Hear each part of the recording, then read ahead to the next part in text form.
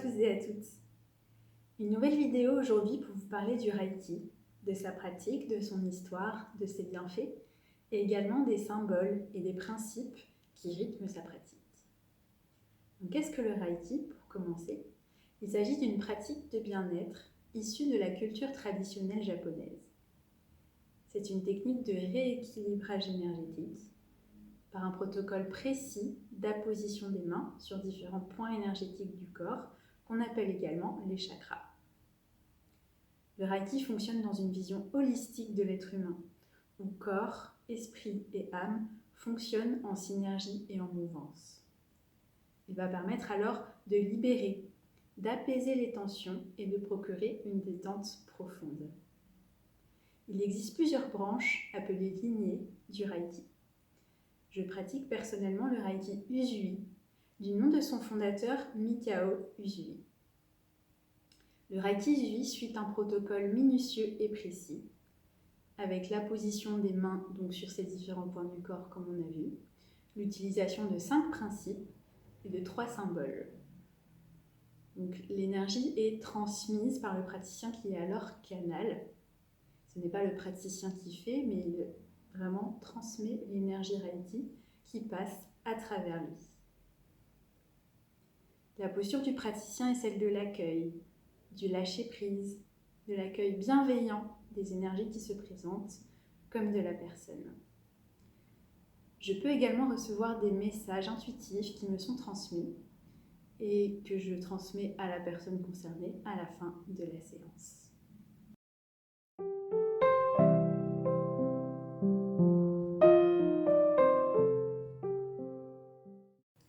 Je vous propose à présent de découvrir ensemble la petite histoire du Reiki.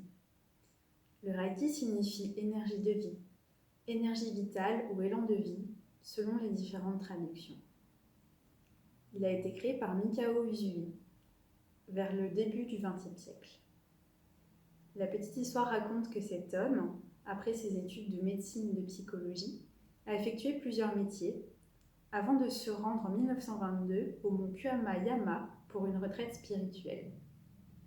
C'est au cours de cette retraite qu'il aurait reçu une illumination, que le protocole Reiki, l'énergie Reiki ainsi que ses capacités de guérison et d'accompagnement lui ont été transmises. Suite à cette révélation, il crée une école à Tokyo, où il forme près de 17 maîtres praticiens avant son décès.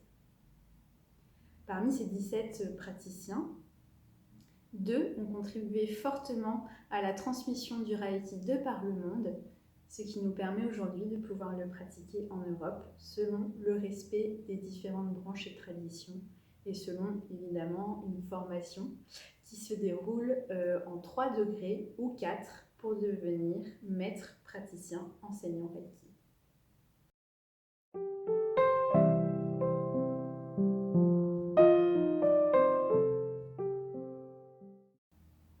La pratique du Reiki s'accompagne de 5 principes fondateurs. Au-delà d'une pratique de bien-être, le Reiki propose une véritable philosophie de vie et une manière d'être qui lui sont propres. Ces principes auraient été énoncés par Mikao Usui lui-même et sont encore transmis aujourd'hui dans l'enseignement du Reiki, et ce, dès le premier degré. Ils sont au nombre de 5 et peuvent se traduire de la manière suivante. Juste pour aujourd'hui, ne te mets pas en colère, ne te fais pas de soucis, fais de ton mieux pour accomplir ton devoir, sois rempli de gratitude et sois bienveillant envers toi-même et avec autrui.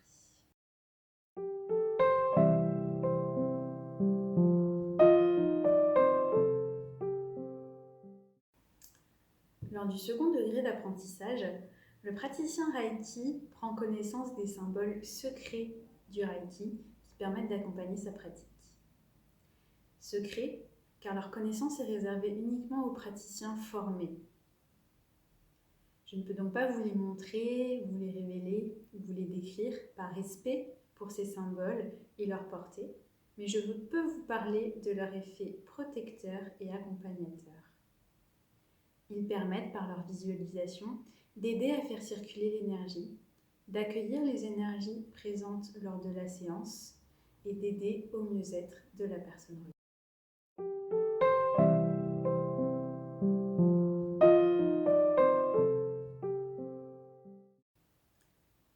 présent des bienfaits et des champs d'application du Reiki. Petite précision tout d'abord, le Reiki ne se substitue en aucun cas à un traitement médical et à un accompagnement auprès d'un professionnel de santé. En tant que praticienne, je m'engage à le spécifier aux personnes qui viennent me voir et à m'assurer à ce qu'elles soient suivies par un médecin. Une séance de Reiki peut avoir de nombreux bienfaits qui seront adaptés aux besoins et aux situations de la personne. Durant une séance, une relaxation profonde s'installe. Le corps et l'esprit se détendent et un état de conscience modifié, proche de celui de l'hypnose ou de la méditation par exemple, permet de lâcher prise. Par un travail d'harmonisation des plans physiques et émotionnels, le Reiki favorise l'ancrage et le bien-être grâce à la mobilisation des ressources personnelles propres à chacun, ce qu'on peut appeler également les capacités d'auto-guérison. Alors attention, guérison est là encore utilisé non pas du tout comme un terme médical, juste comme un terme qui s'inscrit dans une tradition du prendre soin, à l'image de la technique traditionnelle de laquelle est issu le Reiki. La pratique du Reiki permet ainsi de libérer les blocages et d'apaiser les tensions. Elle permet notamment d'apaiser le corps et l'esprit, de procurer un sentiment et une sensation de bien-être, d'harmoniser la circulation de l'énergie, de favoriser un état de relaxation, de soutenir le potentiel d'autorégénération et d'évolution de chacun sur les plans physiques et mentaux. Je recommande le Reiki en cas de troubles anxieux, de stress, d'état d'inquiétude, de troubles du sommeil, de burn-out, de troubles émotionnels ou de chocs de vie. J'espère que cette vidéo vous aura éclairé sur le Reiki et ses modalités de pratique. Je serai ravie de répondre à vos questions, à vos commentaires. N'hésitez pas à vous abonner, à commenter, à partager. Et je vous dis à très vite pour une prochaine vidéo. À très bientôt!